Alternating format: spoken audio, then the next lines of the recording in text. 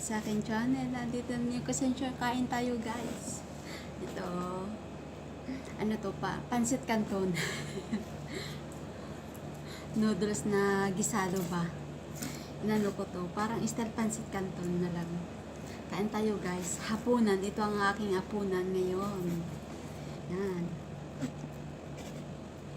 Nakapagluto, sinipag magluto na naman. Para meron lamunin.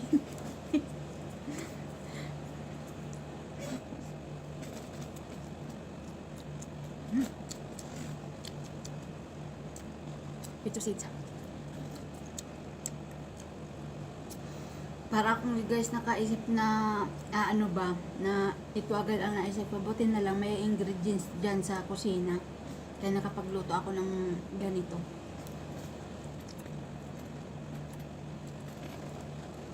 Tapos, dinala ko dito sa kwarto ko. Kasi sabi ko dito ako kakain.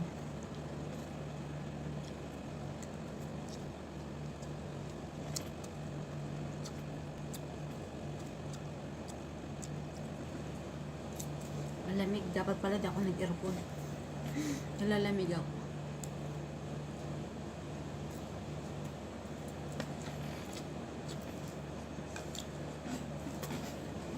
Kaya ako just nag-ano, sweatshirt kasi malamig.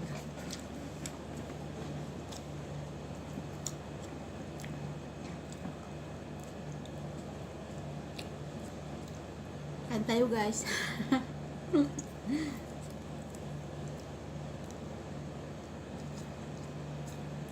Grabe ang laki ng bibig yun.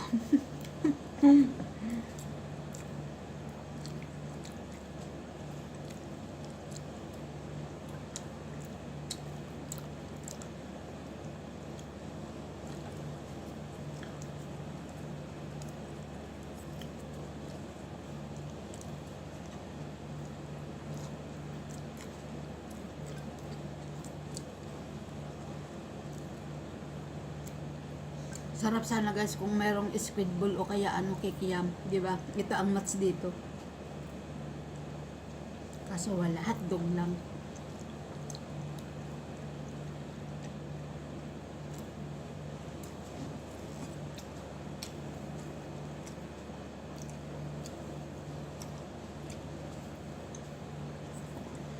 So yun ang buhok ko.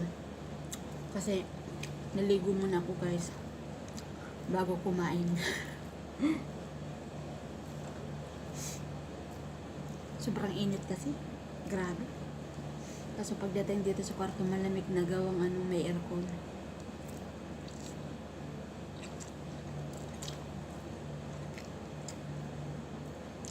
Kahit gabi na naligo ako kasi mainit. Kahit sabi may aircon, lagit sa katawan. Ganyan talaga may trabaho, di ba?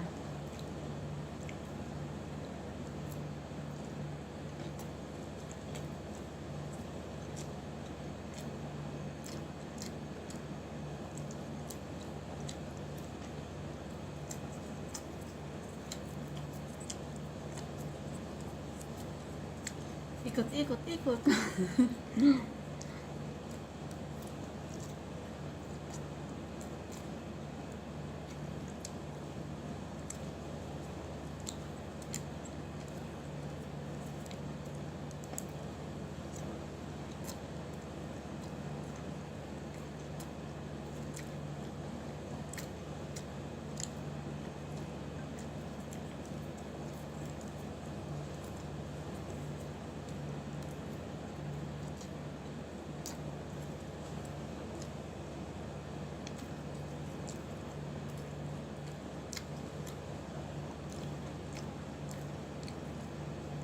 Abang kumakain pala ako, magkwento ako. Alam niyo guys na ano ako sa notification sa FB ko. Diyos ko. Kaliwat kanan, batikos dito, batikos doon. Yung bang parang nag-ano sila, yung mga kakampi ni BBM, Bongbong Marcos. Tapos ni kakamping. At suwali guys, ano talaga ako, kay Leni Robredo kasi talaga ako, Yun naman talaga ang ano ko, kaso yun nga lang, hindi ako nakaboto gawang hindi ako dito nakarehistro ako sa Saudi Arabia. Lalo na pumunta ako doon sa Saudi para doon lang ako magboto. Kasi nung nakaraang magbotohan doon kay kay Tatay Digong, nasa Saudi ako. Doon ako nakapagboto.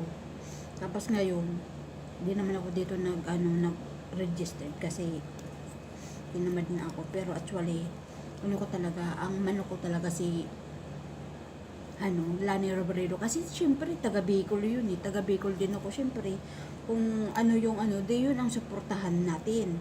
Pero hindi naman natin kasi may kanya-kanya tayong manok, di ba? Kaso ang pinakaano ko lang talagang yung mga ibang kapwa ko, mga taga doon sa amin, halos hindi makamove on.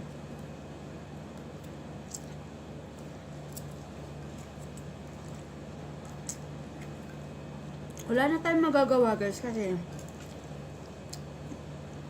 Bongbong Marcos, yun ang hinalal ng taong bayan. Wala tayong magagawa eh. Karamihan siya ang binoto. Ako, oo, masakit man tanggapin, natalo yung namin, kasi for the first time sanang merong lumaban sa syudad namin, sa parang syudad sa Kabikulan, na taga dun sa amin lumaban ng pagka-presidente for the first time sana. Kaso walang magagawa eh. Hindi siya itinakdang maging pangulo ng Pilipinas ngayon. Siguro soon.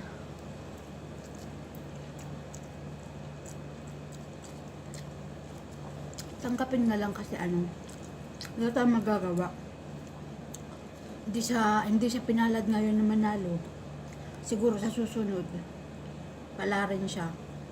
Kaya ang ko lang sa mga kapwa ko, kababayan, lalo na sa mga katulad kong mga taga Bicol, wag na tayong mag-react na kung kaysa ganito, bla bla bla bla, di ba? Tanggapin na lang natin, kasi wala tayong magagawa eh. Yung karamihan mas pabor kay Bongbong. Kaya ang natin, tanggapin na lang natin na natalo yung natin, yung manok natin.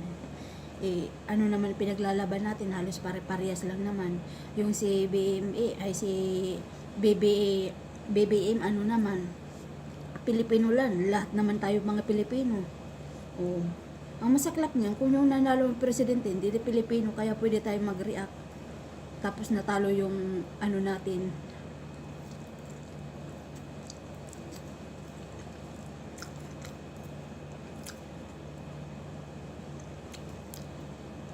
Suportahan na lang natin yung mga taga-suporta ni Nanay Leni Robredo. Tanggapin na lang natin, guys, wala na tayong magagawa. Na natalo yung ating manok.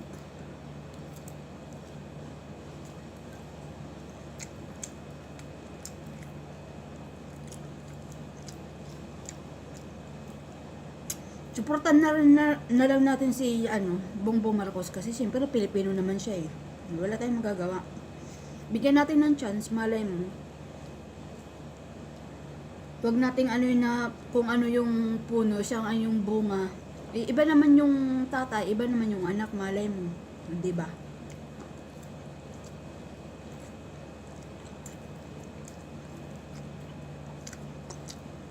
Kaya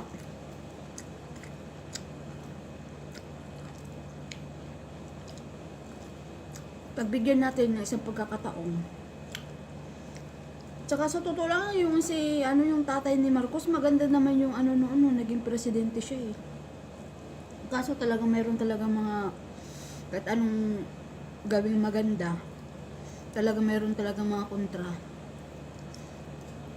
kontrang ayaw sa kanya. Marami naman yung nagawa eh, nung panahon na siya ay presidente, diba? Marami nagawa sa Pilipinas, kaso talagang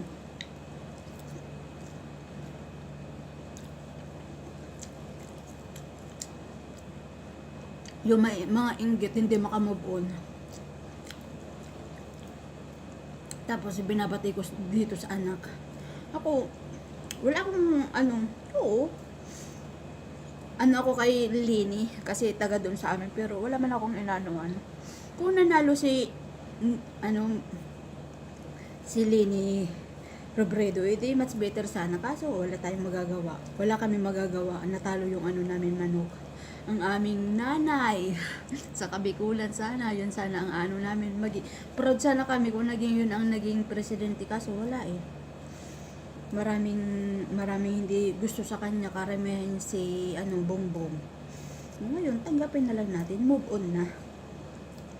Kasi grabe guys, kaliwat kanan, nababasa ko sa kaya ngayon parang halos ayaw kong magbukas sa FB.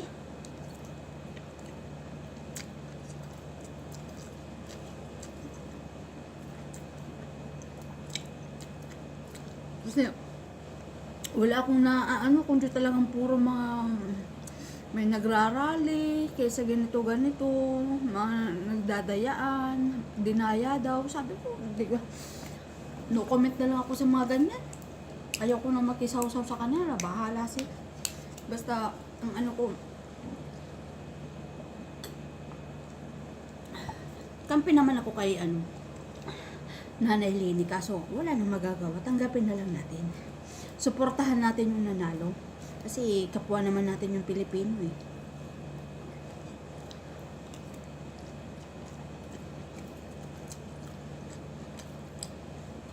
Yung mga suporta naman kay Bongbong Marcos. Please naman, tama na. Wag na kayong manlait, wag na kayong manghusga kaysa ganito si Madam Leni Robredo, ganito lugaw, ganito, bla bla bla bla. Huwag na kayo maghusga, tama na. Total panalo na yung manok mo. Ang isipin na lang natin sana sa darating na natin, gumanda ang ng Pilipinas. Yun lang ang natin.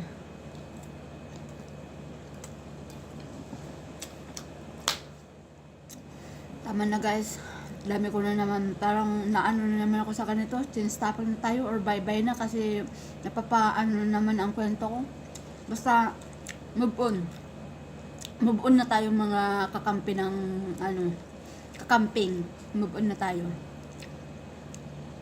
Suportahan na lang natin yung panibagong pangulo natin. Bye-bye! Sana nag-enjoy naman kayo sa aking munting pagkain at kadaldalan. God bless you all. Ingat po tayong lahat.